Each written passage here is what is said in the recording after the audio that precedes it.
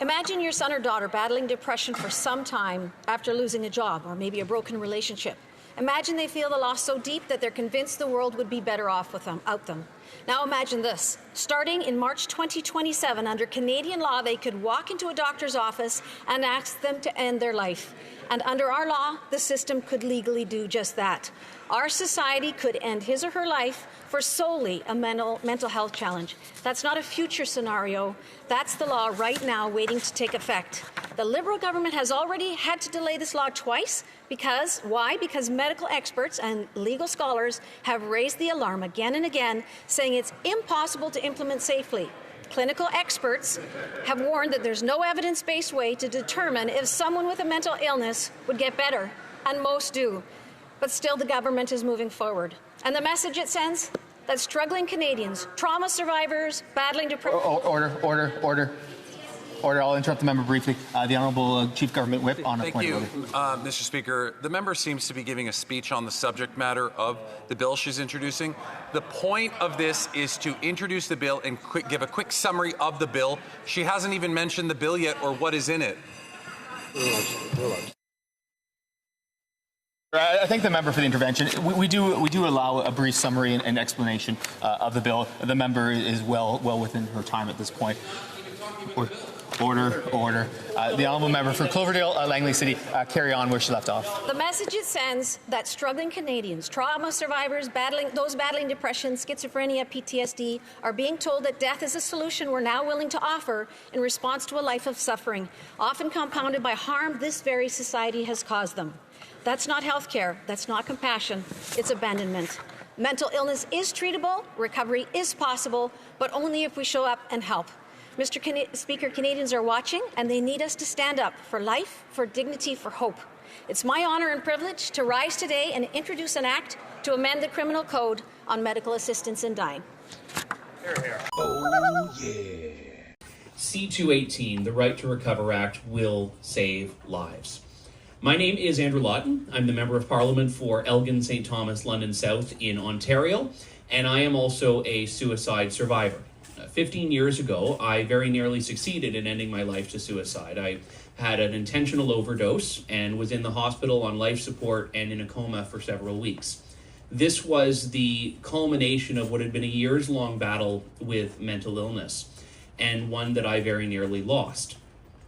Now, I want to share a few things that are important for context here, in that suicide is something that if someone is inclined to do it and they share this with a medical practitioner, it activates a responsibility, a legal and ethical responsibility to treat that person. One of the gravest issues with the laws that are set to go into effect in 2027 is the lack of differentiation between someone with suicidal ideation who needs to be stopped and supported versus someone who walks into a medical office and seeks MAiD as a service because of their mental illness.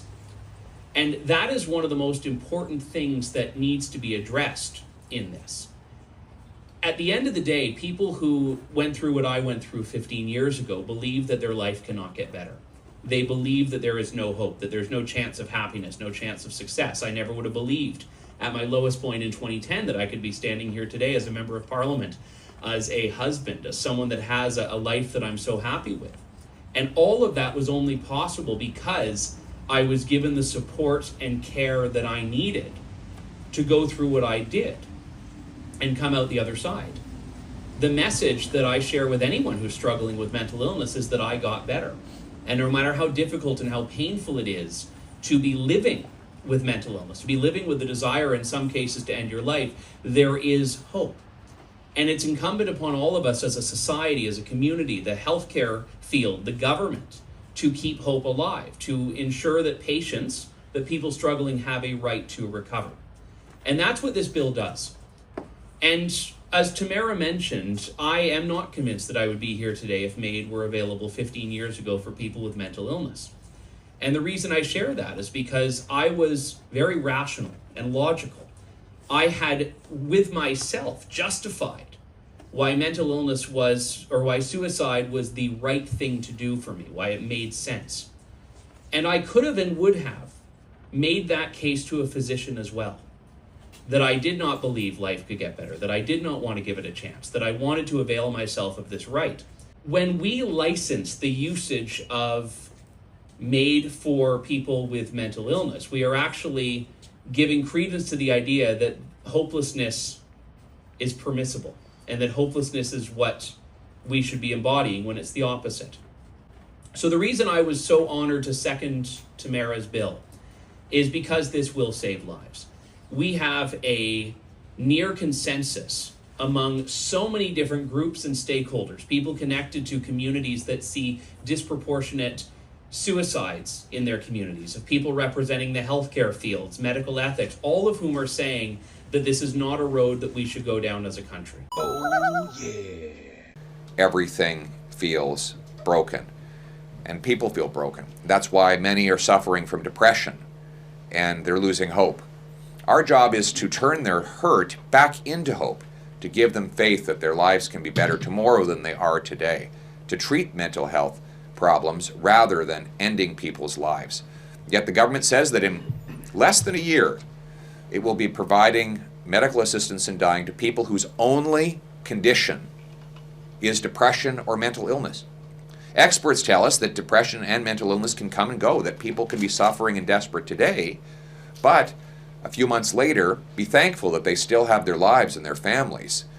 Our role should be to give them that hope, to help them get through the valley and back to the mountaintop. And that is why I'm pleased to support the private member's bill of Member of Parliament Ed Fast that would ensure that medical assistance and dying is not the solution to people suffering with their mental health. We also have here the senator from Saskatchewan, Senator Batters, who's devoted much of her senatorial work to giving hope to people who suffer from depression and to preventing suicide.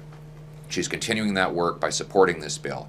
And so Conservatives will go forward to turn hurt into hope, to give people back control of their lives, to support their mental health, and to overcome addiction so that they can live good, happy, decent lives, as should be the Canadian promise. We don't believe that medical assistance in dying for people whose only condition is mental health trouble.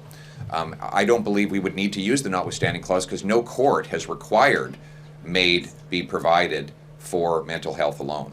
So the government is going way beyond anything the Supreme Court or any other court has asked for, and therefore the notwithstanding clause would not be necessary. Not even preemptively? Like you don't see a world in which it can be used preemptively? We wouldn't need to because courts have already ruled on MAiD multiple times and they've never required MAiD for medical illness. So we wouldn't need to use the notwithstanding clause.